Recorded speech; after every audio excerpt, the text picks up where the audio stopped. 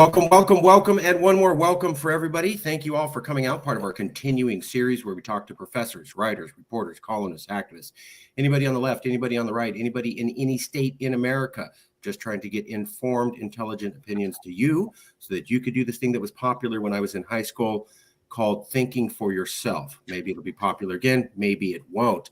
With us today, it is our privilege to have our second twofer. That's right, two professors for the price of one at the same time.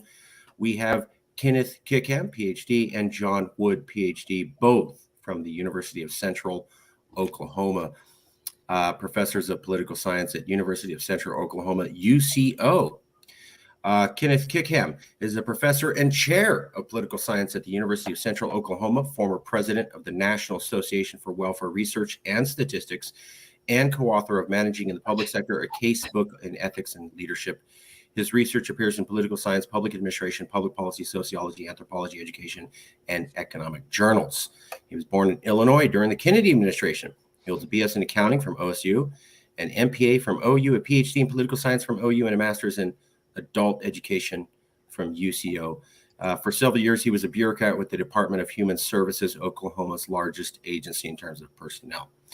As an agency comptroller, Dr. Kickham exercised a budget responsibility over $350 million. That's a lot. John Wood, PhD, is a professor of public administration and co-director of the MPA program at the University of Central Oklahoma and is an affiliate faculty at Swanson University in Wales, UK. What about that? He teaches in leadership, public policy, municipal management, intergovernmental relations, urban sustainability, environmental policy, local budgeting, urban politics, and the capstone. He's a former council member of the city of Guthrie, Oklahoma, and vice mayor, chairing the finance and street committees, and served as vice chair of the Garber-Wellington Committee for the Association of Central Oklahoma Governments. Wood published an edited volume, Taking Sides, Clashing Views in State and Local Governments, co-edited the 7th edition of Oklahoma Government and Politics. He serves as a regular contributing columnist for the Oklahoma Observer, as well as in peer-reviewed articles in the areas of public administration and ethics. Let's see. In addition to his teaching and service, Wood published the edited volume Taking Sides, Clashing Views in State Local Government. He's also serves as a regular contributing columnist for the Oklahoma Observer. He has also published 16 peer-reviewed articles in journals such as Teaching Public Administration, International Journal of Public Administration, Journal of Transformative Learning, Journal of Political Science Education, Journal of Policy and Complex Systems, Journal of Environmental Assessment, Policy and Management, New Political Science, a Journal of Politics and Cultural, Journal of Global Initiatives, Conflict Resolution, Quarterly, Oklahoma Policy Studies, Oklahoma Politics, and Civitas, the Journal of Citizenship Studies. And this is the study that I found both of them. But before we get to that, let's check in. Professors, did I say anything wrong about your bio? Professor Wood, Professor Kickham, is there something I need to correct? Did I say anything incorrect? Yeah, all correct. Yeah, I have a couple things. One's it's actually Swansea University, not Swanson, but Swansea University. Swansea University. In Wales. And, yeah. Professor Wood, were you in the military? I was. Thank you for serving. Thank you for serving. And before we get started, just a little bit of bio about me. I'm originally from, or my family partly came from Oklahoma. And also when one of you teaches at Wales, that's also where Evans came from. It's Welsh, so kind of a walk back in time. Okay, if the bio's correct, let's get right to the meat and the potatoes. Here's the study, The Pernicious Campus Polarization Over Critical Race Theory, a case study, came out in 2022 last year. Legislators have banned critical race theory across many states in America, altering the country's campus climate. This case study surveys more than 200 students, faculty, staff on campus to understand their points of view on CRT. The author finds a pernicious polarization dividing the university and suggests that university faculty consider a critical patriotic civic history to provide a multi-perspectival pedagogy to prepare our multicultural student body to become our country's next generation of citizens. Please walk me through what is this study about? And as if I've been in a cave, I don't know what CRT is. I don't know what's going on. What's going on the last year and a half? What is CRT? Is it a problem? Everybody getting along? Everything's fine? Or is there people being upset and the FBI listing parent groups now as domestic terrorist organizations? What's going on in America these days? I've been in a cave last year and a half. Why did you write this study? Why is this an important issue? Well, I guess I can start by saying that so critical race theory is it's a theory. It's a single theory that is not really being taught in K through 12, but it is taught in places on college campuses, but especially on the legal in the legal realm. So law schools. That's where it originated, at least being taught initially, and it's really looking at the United States in a deeper way. So kind of relates to the 1619 project. That's actually a lot more recent. Critical race theory has been around since the 70s. And just looking at America and saying, well, why is there racism? Racism is just a part of our history. And so it's not like we can just get, rid of it. Hey, we got rid of it already, it is still here and it's going to persist. And so I think the 1619 project has been a catalyst for it because very few people knew what it was before that. In fact, I had no idea what it was until the 1619 project blew up and people started trying to ban that topic. So, and that's really been a couple of years now. So I had no idea. So I thought, well, I need to read about this. So I read a book, one of the early books on critical race theory to get a feel for it. And it's kind of fascinating because really it looks at the systematic level. And I think it's interesting because legislators are banning it largely because they say they do not want people to feel bad about the color of their skin. And I think underlying is usually we're talking about white people not feeling bad about the color of their skin. And what's funny about it is that critical race theory does not talk about that at all. It really is not focused on the individual level. It's talking about the systems level, the structure level. And why that's important, we're talking about laws from the past. We're talking about ramifications of those laws in the past. So, there's a book called, I think it's called Color of Money, I think if I'm right. And it really talks about how the GI Bill, when it comes to housing loans, VA loans, FHA loans, things like that. Back in the 50s and 60s, African Americans in this country weren't allowed to have these things. So they were way behind in terms of house ownership, for example, which really escalated after World War II, but African Americans weren't a part of that. And so you see today that African Americans as a total tend to be way behind in terms of home ownership. And that really makes a difference because home ownership is the number one investment for American families today. Yeah. So this is all structural. This is all that currently there's these issues that are still reverberating through today from the past. And it's on the systems level. There's nobody talking about individual discrimination in CRT. That's not what it is. So it's interesting. They're not really banning CRT. Unfortunately, what they're doing is they're creating a huge chilling effect of just talking about civil rights. So, for example, we just had a superintendent, Ryan Walters, who was at a teachers meeting just last week. And they were asking, how can we teach the Tulsa Race Massacre, which occurred in 1990 or 1921, if you know much about that? How can we teach that with your prohibition against CRT and the way how you articulate it? And he was just basically, you can't talk about discrimination. It's like, wait, how can you not talk about discrimination when it comes to a bunch of white people killing a lot of black people in Black Wall Street because they were jealous of, what they were able to build there. And, something like 300 of these African Americans died and they all lost their property and they were not insured. They were not given money back in the emergency process. They were not given money back, which whites would get money, but African Americans weren't allowed to get money. And so they just lost it. They lost it all. They lost their property. They lost their life savings. And in just a fail swoop. And how can you talk about that? How do you talk about that without saying that, whites kill black people? I mean, how do you say that? I mean, you just can't, right? So it's a chilling effect of any type of talk of civil rights in this country. And, so I think that's what the difficulty of K through 12. They're not talking about critical race theory. They're just talking about civil rights, and they can't even talk about that. And Ryan Walters has targeted teacher licenses. And so that's really been a concern. So anyway, Ken and I, we had this conversation about banning it. Well, what does that mean for our campus? So we actually asked questions about the high school as well as college, because we knew that would be confusing for people. Thank you. When we say ban it in high school level, do we mean college level? Should we ban it in the college level?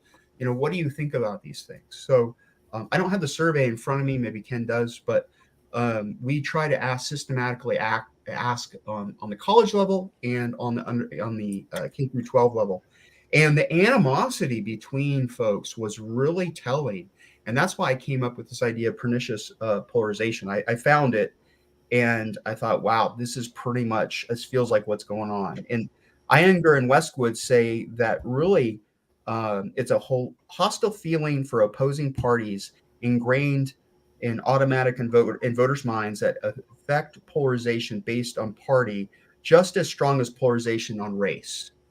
And so, can you say that again one more time, Professor? Okay, so let's see. It says, quote, hostile feelings. See, basically CRT is, or not CRT, the pernicious polarization is the hostile feelings for opposing party are ingrained or automatic in voters' minds, and that effective polarization based on party is just as strong as polarization on race.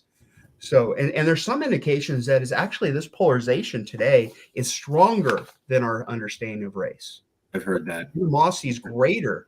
So, I mean, I found this thing where it says, let's see, Americans accept smaller paychecks to avoid listening to opposing partisans. So they'll actually accept less money to not hear other people's point of view. Polarized Americans are more willing to exclude people with opposing political beliefs than exclude people of other races, which is really jarring as a comparison, considering the prevalence of race-based exclusion in this country. Right. So people are more like worried about polarization and talking to somebody who had different ideas than this idea of race, which has always been something that's really pumped up polarization. It's almost like, this idea of race as push polarization, but now just idea of polarization as push polarization. I mean, it's kind of weird meta way of looking at it, but yeah, it's just gotten that bad. In fact, Hare and Poole say that polarization is worse than it's ever been since the history of, or since civil rights. Sorry, let me slow down. Since the Civil War, the polarization is worse than at any time since the Civil War, which is amazing to think about that. 80% of Americans feel unfavorable to other Americans of other partisan foes. Anybody has a different partisan point of view. 80% feel that way, and that's triple since 1994. So it's tripled. This anger against the other party has tripled since 1994. That was something I wanted to I apologize for interrupting, Professor, but that was something I wanted to zero in. Can you talk about the animosity that you saw running this study? So you mentioned a lot of great statistics, which were awesome. What personally did you see or notice? It seemed like you were a little bit shocked by the level of animosity that you saw. I was. I was. You guys talk about that. What did you see and why? And please, and again, I'm in a cave. I woke up in a coma for 4 years. I don't know about Trump. I don't know about America disintegrating. If you could tell us the story of, damn, that was, wow, I was not expecting that. Yeah. I don't have the data in front of me. One of the themes that really came out is the feeling among some people that the issue of race is really settled and in the past, versus other people who see race as such an endemic issue, that the idea that race is no longer an important facet of life, they find that untenable. So when we have respondents that are on one side, those respondents are likely to say, look, racism is over. Folks who are drumming up this CRT stuff and throwing it in our faces, they can't be trusted, and they're really being dishonest, because race shouldn't be a factor. Sort of like the recent Supreme Court decision on affirmative action, asserting that the Constitution is colorblind. Well, we see a lot of that thinking among the respondents in our survey who are opposed to the teaching of CRT. They think we've got to be colorblind. We've got to just forget that the whole race issue ever was an issue. Otherwise, we're continuing the awfulness of race discrimination, and we're even discriminating against whites by continuing to talk about it, and by continuing to have these issues taught in our classrooms, keeping these issues on the table. It's for these people, it's really time to put race behind us, and their rationale is that we just need to be colorblind going forward.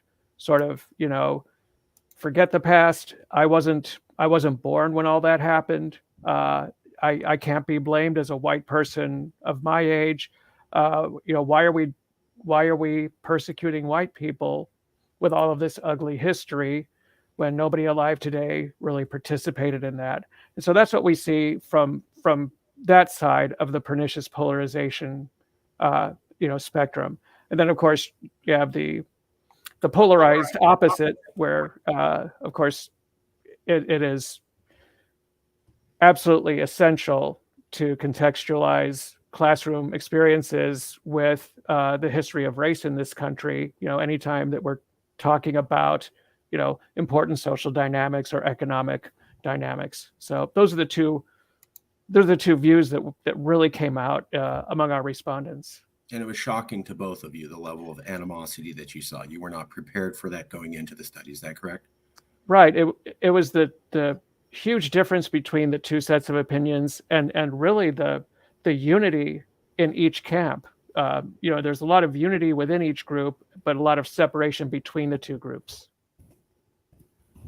Yeah, I looked at most, Ken was more of the statistical guru on this piece. I did some of the qualitative stuff, and just the quotes I found were amazing. So, for example, a conservative respondent wrote, "The banning of CRT from K through 12 is very appropriate because of the false nature of the theory and the negative impacts on children."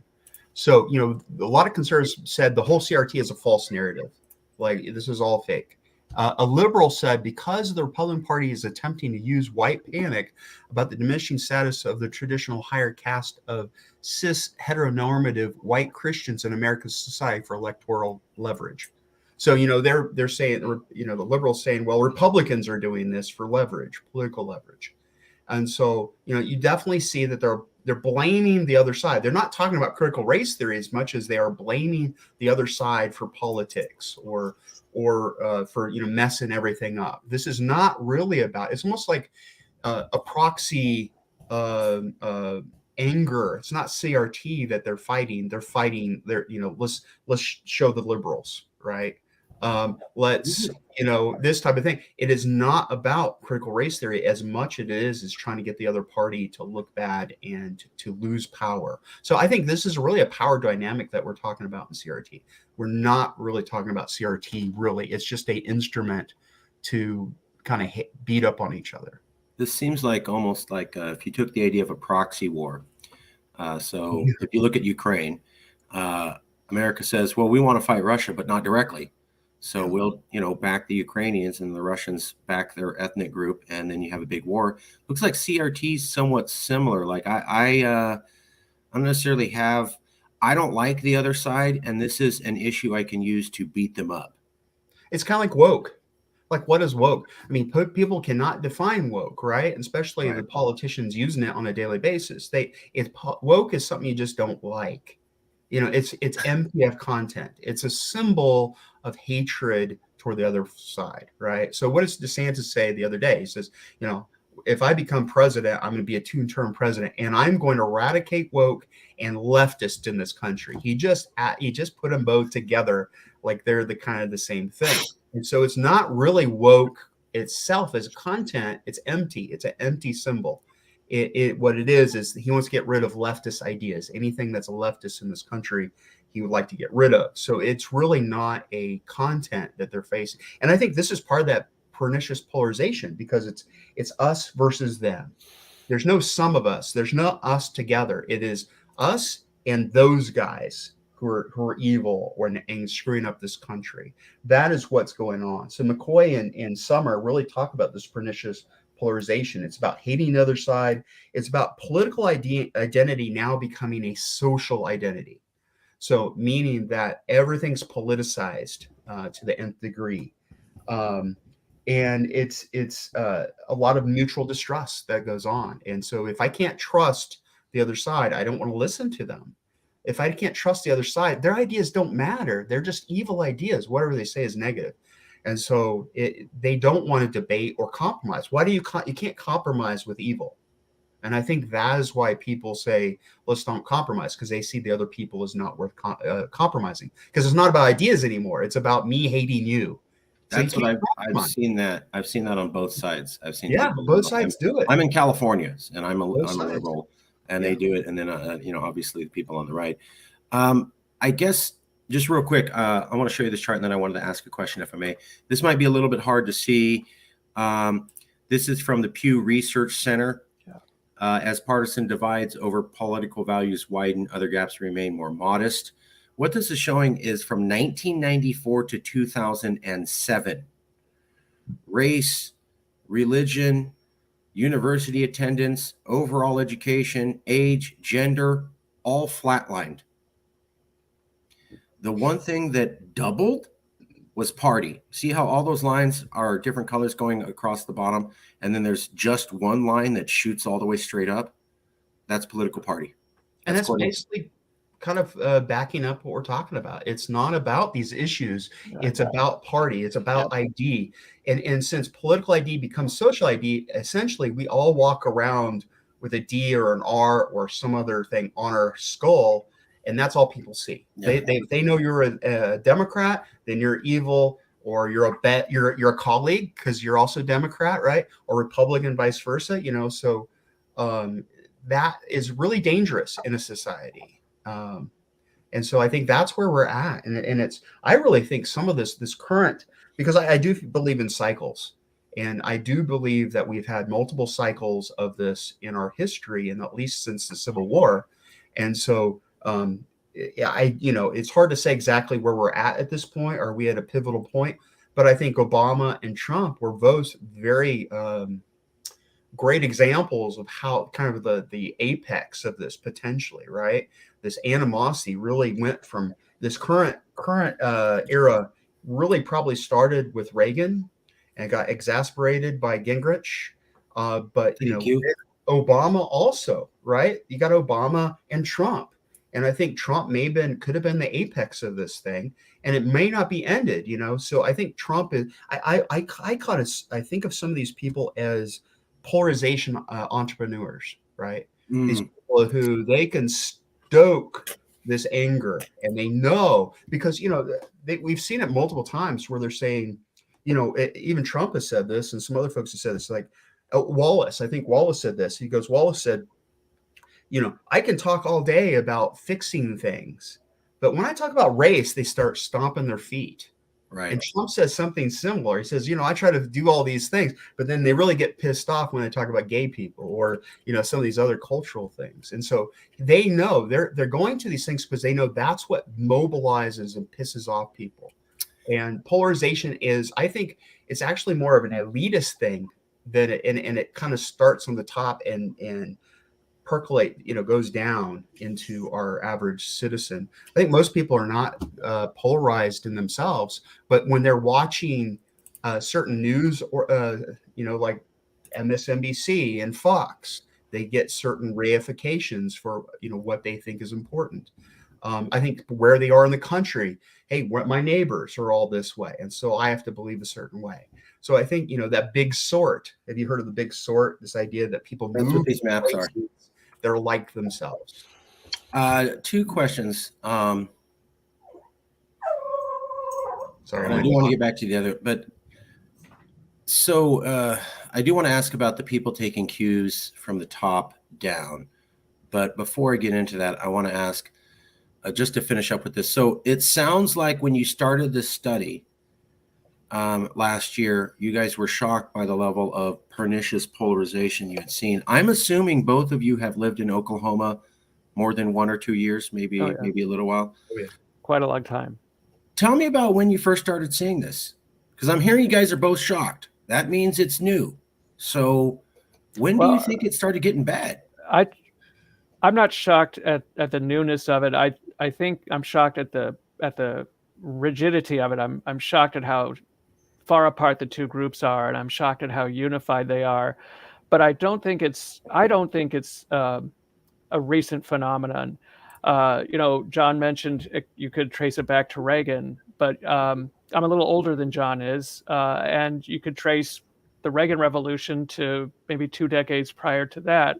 I don't want to go all the way back to the Civil War, but the civil rights movement of the 50s, successes that we saw in the late 50s, early 60s. I think that was when people started stomping their feet, being threatened by race. And I've often thought of the Reagan Revolution as a turning point, but it was decades in the making. So I don't think this is anything new. I'm not sure it goes in cycles. Maybe it does to some degree.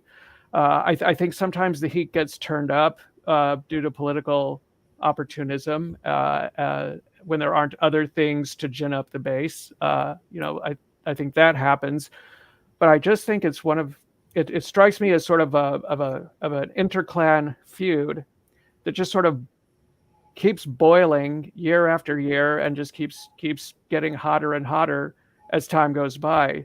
So I'm not sure we're going to be swinging one way and then swinging back the other way. And I don't know that there will be a turning point. I just think it's an animosity that's been building for a long time. And as far as I've been able to see, it just keeps building. Sometimes it builds faster, sometimes it builds slower, but I don't think it swings back and forth so much. Well, I just read a paper I thought was fascinating.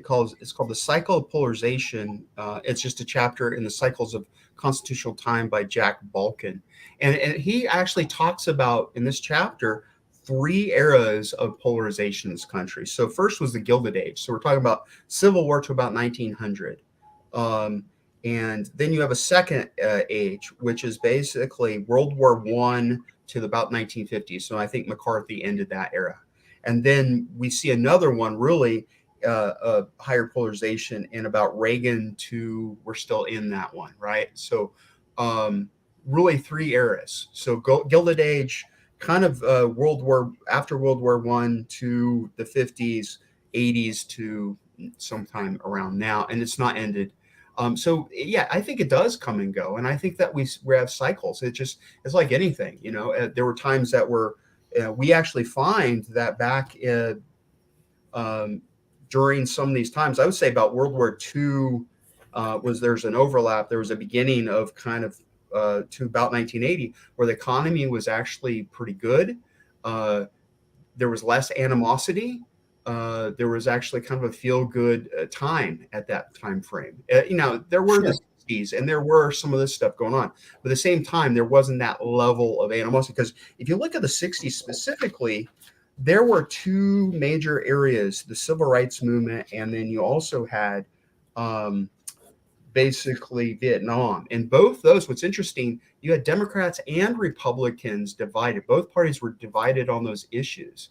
Now, they did transition more because there was already some other transitions before that, but there were some full transitions. There was, of course, this whole idea of, stoking the South and stuff like that and trying to change things with Nixon's Southern strategy, right? I think a lot of it's intentional, right? The Southern strategy tells me how intentional some of those things are with politicians. That shows you that often it's a top-down type of thing.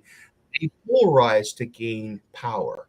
They polarize to do this, and it can be sticky because once you get polarized and angry, it's hard to get that out, right? And if it's reinforced by your news cycle, it's hard to get out of that. So once you get into I'm angry, like Trump, I think we saw a lot of it with Trump, and Trump helped kind of push it up again because he would get people pissed off. Fox would reify that, but MSNBC and CNN talked about Trump constantly, right? And so there was this anger on both sides that kept percolating, and probably that's why he ended up having one term. But the 60s themselves, you have a lot of coalitions within each party who they weren't just totally separate. Like we see in these other time frames. And I think that's what polarization is where the two parties totally split and they start seeing each other not as, people to get things done with, but the enemy. And that, I think those eras, so those three eras I talked about, you see some high points. And of course, it's not easy to say because when was the high point of these things and where were the low points? It's really hard to pinpoint these things exactly. But I think you can get some generalized sense of these three major eras of polarization. Fair enough. I've heard the argument about previous areas of polarization. Obviously, the Civil War. Obviously, the period right after the Civil War. There were the anti-German riots in World War I. There was judges and people being shot in the streets in 1960s.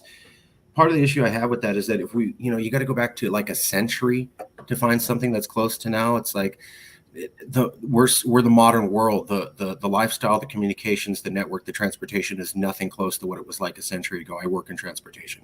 It's radically removed. So I'm cautious about those comparisons, although many people do it. The other one is that how do we know that we can handle it today? For example, a lot of people go, oh, Civil War, we survived that. Right. 160,000 people, 300,000 people dead, or 600,000. That's like a couple million. Could Americans get over 10 million Americans dead today? Well, with TV cameras and blood and everything on the TV and social media, is that something we could walk away from? I think the environment is very different in the Civil War. I've read a couple of books on the Civil War recently on the current talk about the Civil War.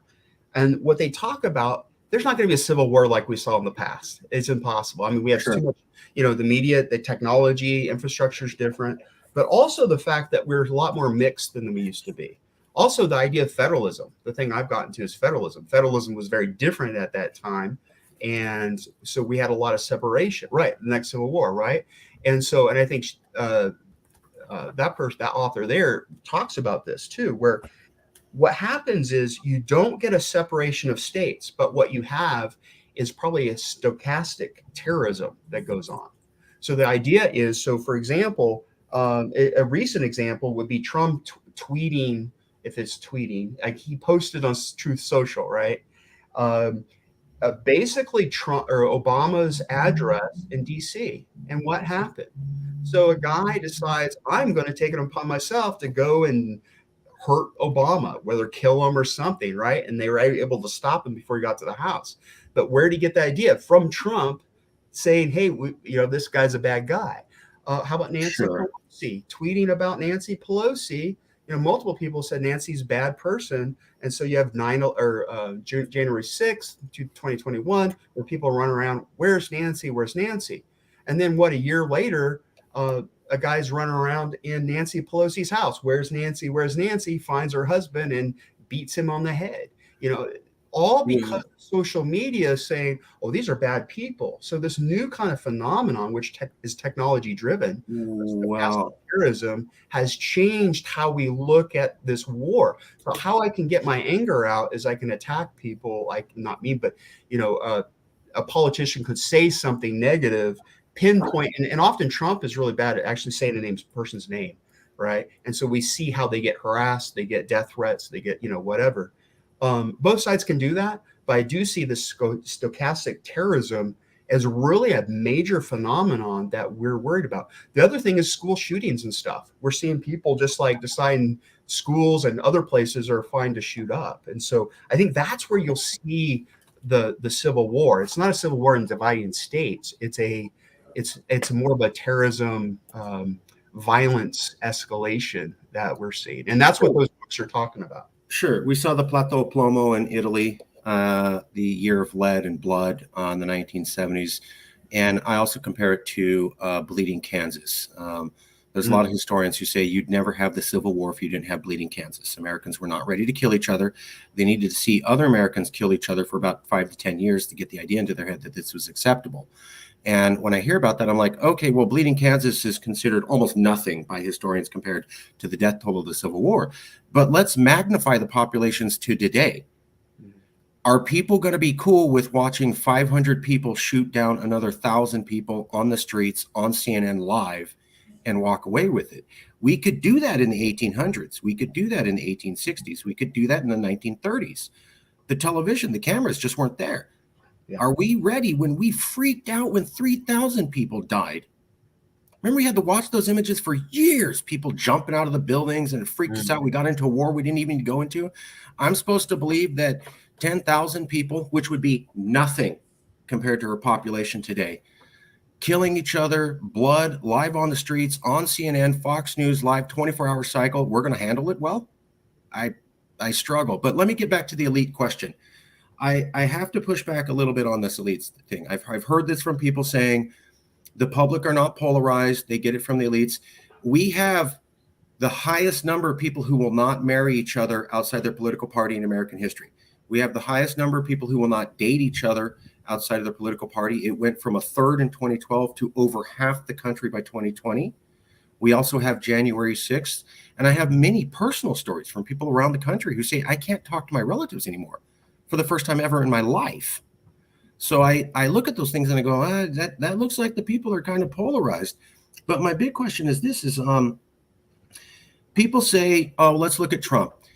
Well, here's the thing. Trump did not jump into racism from scratch. In the last couple of years, it's been uncovered that Trump was basically testing his stuff out with the Tea Party. That when the Tea Party was around under Obama, they were the ones that started the birtherism. They started the racism. They started the xenophobia. Trump was attracted to that, noticed it, started dabbling in this group. And if you look at the timeline, you can see he wasn't super politically active from then. He started dabbling with them, testing out phrases. That's where the birther thing came out, because he realized it was so popular. So if we look at it that way, Trump took all of his racist cues from the public. The Tea Party was actually a movement from the public. The other thing is that I point to is when Trump was running out there and meeting everybody in the Midwest, I remember, and I'm in California and I'm a liberal, okay? But I remember liberal newspapers going, look at this guy. He looks like a New Yorker with $1,000 suit, and he's flying in his $1 million helicopter. And here's these country folk in overalls, and they love him. And they couldn't get why. You two people are different. But right away, Trump was dog whistling racism.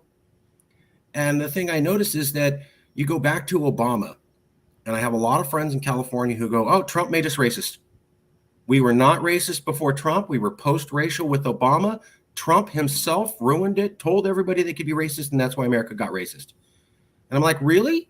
Because in 2010 and 2012, you had the Miss America pageants.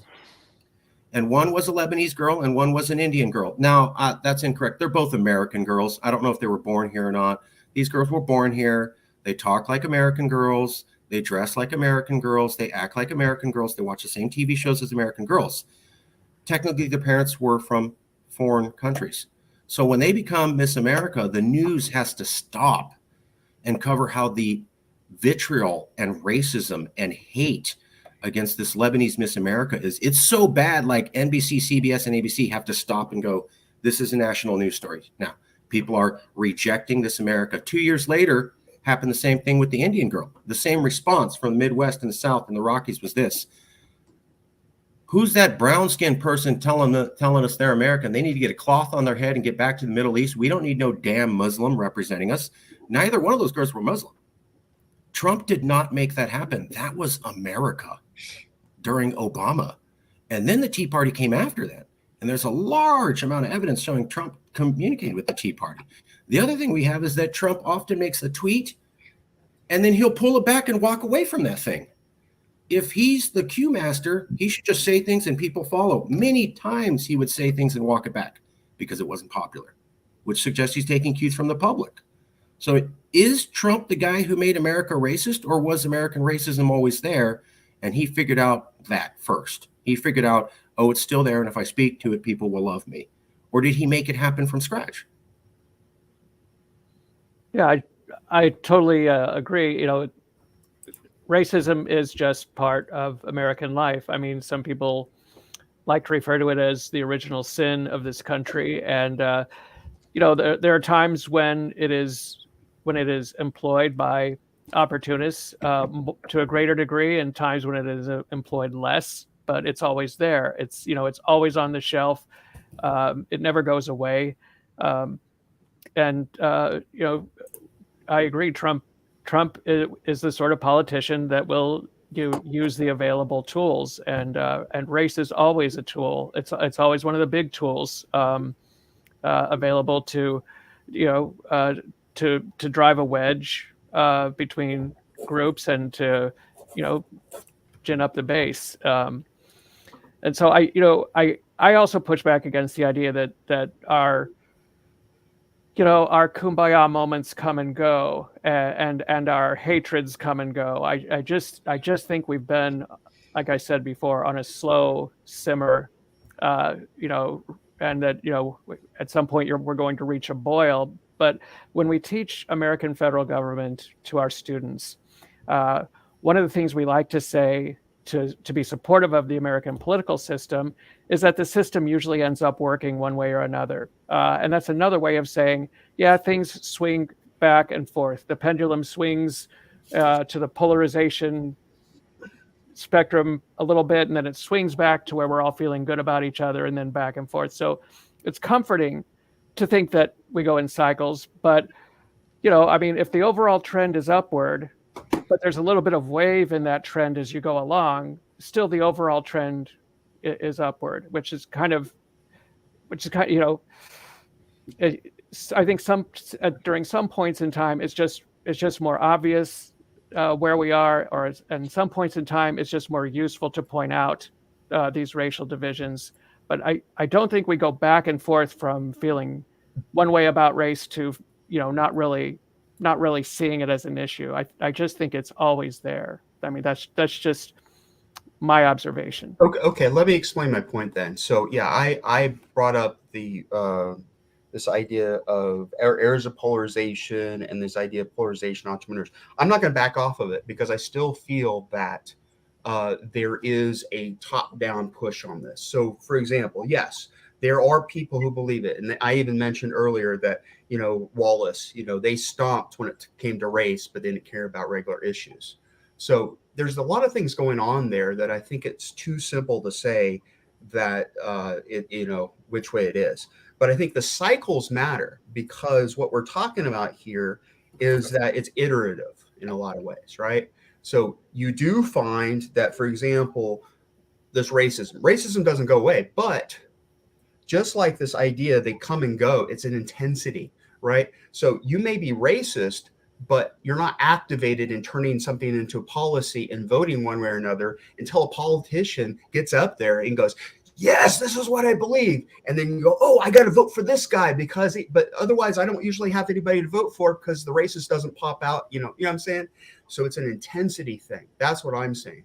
And so these eras are intensities of polarization. We all have, I believe the other party is not I disagree with them and whatever, but there are times when that opposition party is now evil and it's stoked over time. And other times where it's like, okay, they oppose me. I don't really agree with them, but I'm not so angry where I would go hit them or something like that. I mean, we got a point right now where people are shooting other people through their doors and in their parking lots, their own parking lots, because they believe that they're so worried and angry that somebody of some other party or group would attack them.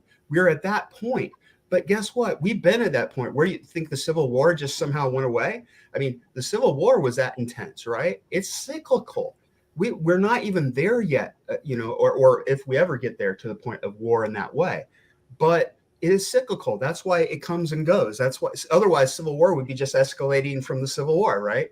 But the reality is it comes and goes. It gets a little better after Civil War, right? But then we have some polarization, and then we have, it gets a little better and then it gets worse. But it's intensity. And the intensity is stoked by politicians who find it's advantageous, because not everybody, by the way, in the populace believes the exact same thing. There are pockets of people who believe, like, there may be more racist or sexist or whatever than other people. So you go and your audience and you stoke them, or you get to know your audience and figure out what pisses them off. Politicians will say a lot of times what they need to based on different audiences, right? You might be talking to teachers. Well, what's going to jazz up teachers? Well, then I'm going to go talk to judges. What jazzes up judges? And what I'm going to, what I'm saying? And so they look for these issues also that cut across and piss off more people. Both parties do this, by the way. Both parties do it. So it's an equal opportunity thing for politicians. I do feel like there has been a push more on the right than on the left. For example, in 1994, I think it was, they actually found, where was my stat? That, no, here it is. 1994, 64% of Democrats had racial resentment, and Republicans had 77% racial resentment. However, by 18, Democrats were down 24% to 40% racial resentment in that party, and Republicans stayed steady. So it looked like Republicans went more, but Democrats actually went down. That's a cyclical thing, right? That's a cyclical thing. So up and down in people's animosity. And why is that? Why is it less? It's less because, one, the party is diversified. Like in Oklahoma, for example, if you go out and look with the Democrats, you probably won't know because they all lost, right? But that whole party pledge back, in 22, were a very diverse group of people, right? And so it would make sense if I'm a minority, I'm going to think Democratic Party is a good thing because they look like me. And the Republican Party was all white males, pretty much. There's a couple of females, but they don't look like me. And so I could easily argue that, hey, if I'm more of a pro-diversity, I'm for Democrats, and if I'm anti, I'm going to go for the Republicans. So they get their cues from these people, I think, a lot. And they're the ones, I think these polarization entrepreneurs are the ones transitioning people from their political identity to be also their social identity to be their political identity. And so I think it's an ebb and flow type of thing. Our animosity now is higher, or as high as it was the Civil War. Well, that shows you a cyclical thing too. It's not doesn't just go up, it goes up and goes down, goes up and goes down. And as generations change, right? Because, I was born 1970. Well, guess what? I had to start from scratch in what I thought of the world, right? And that happens with every generation. They start from scratch. They get that a lot from their parents and from the current political atmosphere. And they get that from their parents, by the way.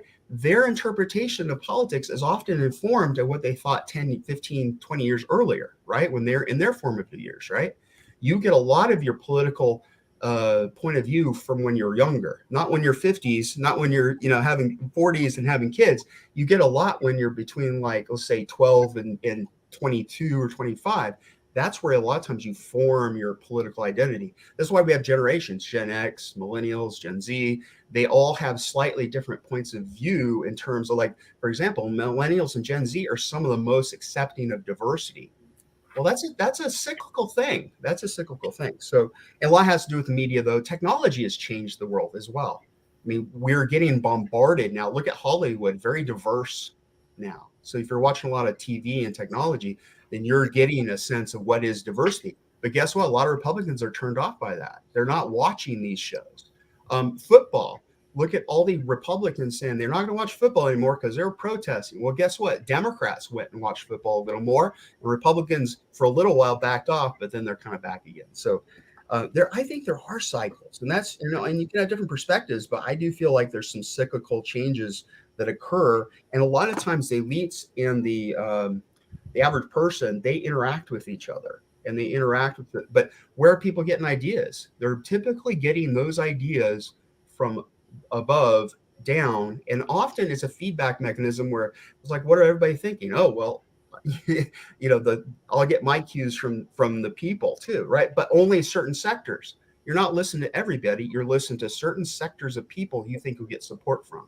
Like if you're going to have a racist interpretation, it's because you're going seeking out racist audiences that will like your message. Sure. And then build from there and build from there and build from there. Sure. You're not seen as a generalized audience. When you're a politician, you don't look, I'm gonna try to get everybody. I'm gonna figure out where I'm about and find the audiences that are going to help propel me there. Hopefully. Sure, but we agree that there was something innate in the audience first, that it wasn't created from a pure plane and the ideas were injected into a tabula rasa. Well, I mean, if I'm a political entrepreneur, I'm going to often find issues and then I'm going to see if they work or not. Right. And so do they work with these audiences? But again, I'm picking audiences, sure. So, and they might pick me a little bit and come to me because they realize I'm saying these things. Yeah. Like Trump with the Tea Party and the birtherism. Exactly. Yeah. Totally agree. I want to ask you guys one last question, if I may. So we're talking about how this is cyclical. But we also talked about The Big Sort by Bill Bishop. You guys are both familiar. Okay. So this is let me get this right. Give me 1 second to have this show up. This is a map from the New York Times. Came out in 2016. Bill Bishop's book came out, I think, in the 1990s. So this came out in 2016 and completely corroborated it, backed it up, additional data. What we're looking at is the map in the top left. The map in the top left is 1992. I'm sorry, it's a little not formatted right. Map in the top left is 1992. Map directly below it, bottom left, is 2000. No, I'm sorry, it's 2016. 2016. So map in the top left is 1992. Map at the bottom left. Oh, in the bottom, yeah. Yeah, bottom left is 2016. To its right is 2020. So what you can see is these are called landslide election counties. This is basically a map of presidential voting at the county level. Blue means don't even run here. If you're a Republican, Democrats win by 20 percentage points or more every single election. Red means don't even run here. If you're a Democrat, Republicans win by 20 percentage points or more every election. Gray means sometimes we vote for Obama, sometimes we vote for McCain. Depends on what the message was, what America's going through, who we think has the right leadership ideas for what the country's dealing with. So those were called battleground or competitive districts. The other ones are called landslide. You drop down to 2016, which is the bottom left. All the competitive counties are almost completely wiped out. I know because I live in one of the few remaining ones here in the Central Valley. And we almost have all exclusively hardcore red landslide or exclusively blue landslide. If you go to 2020, the pattern continues. We're looking at a 30-year pattern of continually going in one direction of cycling. To make matters a little bit worse, I won't get into it extensively, but basically I mapped out all of the presidential elections at the county level going back to the early 1900s. And you're right, there is a cyclical pattern where maybe things kind of go hardcore red, but then they lessen. And then they go hardcore blue, but then they lessen. But those cyclical patterns happen over a 10 to 15 year period. We're 30 years in one color direction. It defies the patterns over the last century when you look at congressional elections and presidential elections. So we're breaking a 100-year pattern, and it's only going one way, which is getting worse. Does that say good things? Gerrymandering is part of that. I mean, sure. When you can compute with a computer with precision, micro target and say, okay, I want this red or blue, whatever, and both parties do it if they're a majority, it is that targeting that I think helps kind of solidify and keep a certain district in a certain way. It does, but some critics have pointed out that the Senate is as polarized as the presidency and the House and has become as polarized at the same trajectory as the two, and gerrymandering has no effect on those elections either. So some critics have said, if gerrymandering is the cause, how come the Senate got polarized at the same degree as the House over the same period? Yeah, and I think one thing to try to keep in mind in all of this is that if you think of things as going in cycles and of the system correcting itself and as the system eventually working things out, the plus of looking at it that way is that it's comforting. The minus of looking at it that way is that you can let things go too long without recognizing that there's a problem, unlike the problems that you've seen in the past, and that maybe something needs to be done. So if we if like when we teach our freshmen, if we expect things to return to normal at some point, because if things seem kind of weird right now, then by definition they're going to be cycling back to less weird, at least sometime reasonably soon. It on the one hand it's comforting, on the other hand it could lead to complacency. So I'd like to feel comforted, but on the other hand, I don't want to be complacent, just expecting a cycle to come around simply because more months have fallen off of the calendar. So I think that's the danger. The danger is just expecting these cycles to occur simply because that's how we view life, as cyclical. The fact that cycles have come and gone in the past in no way implies that they will continue to cycle the way they have previously. And so I don't want to become complacent.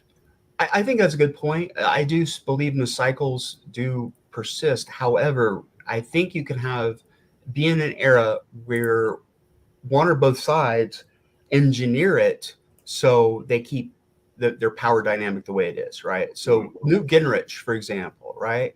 Newt Gingrich is a great example of what's called the contact hypothesis. If you know what the contact hypothesis is, it says the more you get to know each other, the more you can reduce prejudice between groups, right?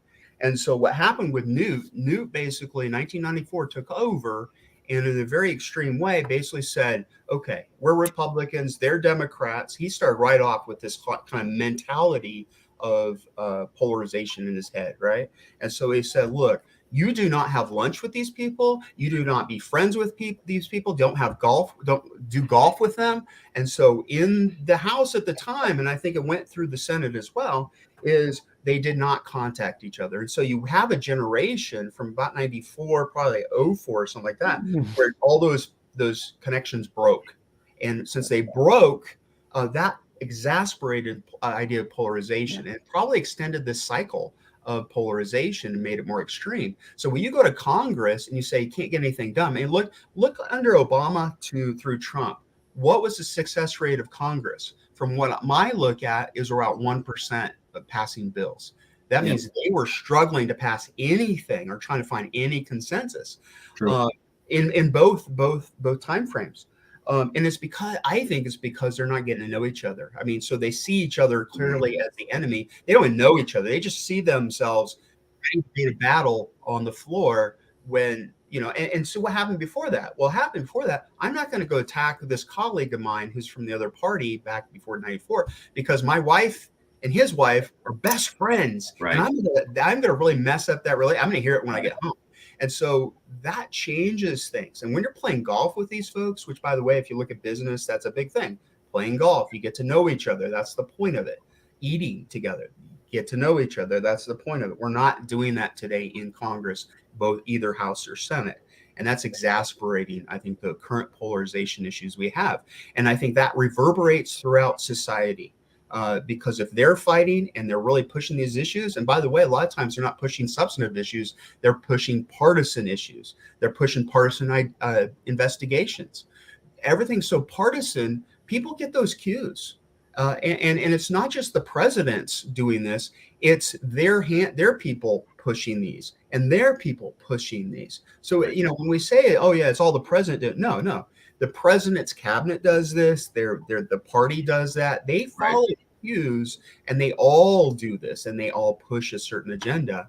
And if they're going to push polarization, then everybody does it on that level. And if the parties in Congress are doing it, guess what? The state parties are doing it. You can see that right now in the state parties when they're denouncing their own people who are not doing what they want them to. And by the way, Democrats have done it as well recently.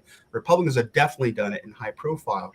But both of them are saying, their state parties saying, I denounce this guy who we loved and championed before, but now we denounce. And that's pretty extreme when you're pushing my Republican rep is not Republican enough, because Right. one thing they did, Right. one Right. thing Right. He's not hardcore. He's not all really the a rhino. issues the whole term. So that tells you something right there. I totally agree. Well, I want to say thank you both. This has been highly, highly informative. You've had a lot of great information, and from the middle of America, it's a little bit harder to get info. I hope you felt it was a fair interview. I'd like to ask you, this is my favorite part of the show. So this question goes to both of you. You have to answer separately. You're not you. You're not me. You're a third person watching this video. It's a week from now. They're watching this video, and they learned a lot of back and forth. They go, wow, but they're struggling to remember it all. However, there was this one thing that the professor said at the end of the show that they can't get out of their head 5 days later. What is that one thought you want a random person you'll never meet to not be able to stop thinking about 5 days after watching this video on the state of political polarization in America? Well, if I wanted to say something memorable, it would go something like, to get past polarization, it kind of implies that you want your politicians to be a little bit more bipartisan and a little less partisan, which sounds okay. But if bipartisanship becomes a principle, it stands to reason that you're sacrificing some other principle in favor of bipartisanship. So you think about Kirsten Sinema, and she gets vilified because some people think she gave up certain principles in favor of the principle of bipartisanship. So bipartisanship is not bad on its face, but if bipartisanship means I have to give up a core belief or a principle that really matters to my constituents, well, then bipartisanship is not a uniformly good goal, in that context. Professor Wood, what wisdom do you have? I go back to the contact hypothesis, and I would say Congress, you guys need to get a beer together, Republican, Democrat. You guys need to, go to golf with each other. Bring some empathy back. So you're empathizing with someone you don't know and somebody you oppose. And I think if we can get that back and take their perspective as well, perspective taking, having empathy for others, contacting them, connecting with them. And I think if Congress can do that, I think that it can reverberate through our, the United States. And so I think if we can do more of that, because I think our neighbors need to start doing that. But you have to examples. You have to have people who are in the media doing that and promoting that. Hey, it's okay to get to know the other party, because in America, we can't be a 50-50 country. We got to be a country who comes together when we need to. And we're so polarized right now with pernicious polarization. When really something hits, we might have a hard time getting together, right? And so I think we need to say, hey, when something bad really is happening that's external, can we get together? And right now, I'm not sure if we can. I'm not convinced. But I think that we need to start thinking about how do we fix problems? You fix problems by working together as much as possible. And you don't compromise your values. I think you can still have your values and stay steady with them, but yet work across the aisle, because we got to start saying, like, look, I can't always get 100% and you can't always get 100%. Let's get as much as we can, but know that if we have a working relationship down the line, we can both get maybe a little more of what we need as well, because we got to keep working together down the line. And I think that's what we need to do more in this country. We'll end it there. Thank you both a lot. Thank you both for all your answers, and thank you both for being part of this conversation. I was going to ask if you have any recommendations for anybody who might want to be part of an honest conversation. You don't have to answer now. I'm going to email you both a copy of the video. Think about it. If you had a good time and felt it was roughly fair, we'd like to keep the conversation going with others, and I'll leave it there. I want to say thank you both for coming out, and I'll email you shortly. Thanks. Thank you.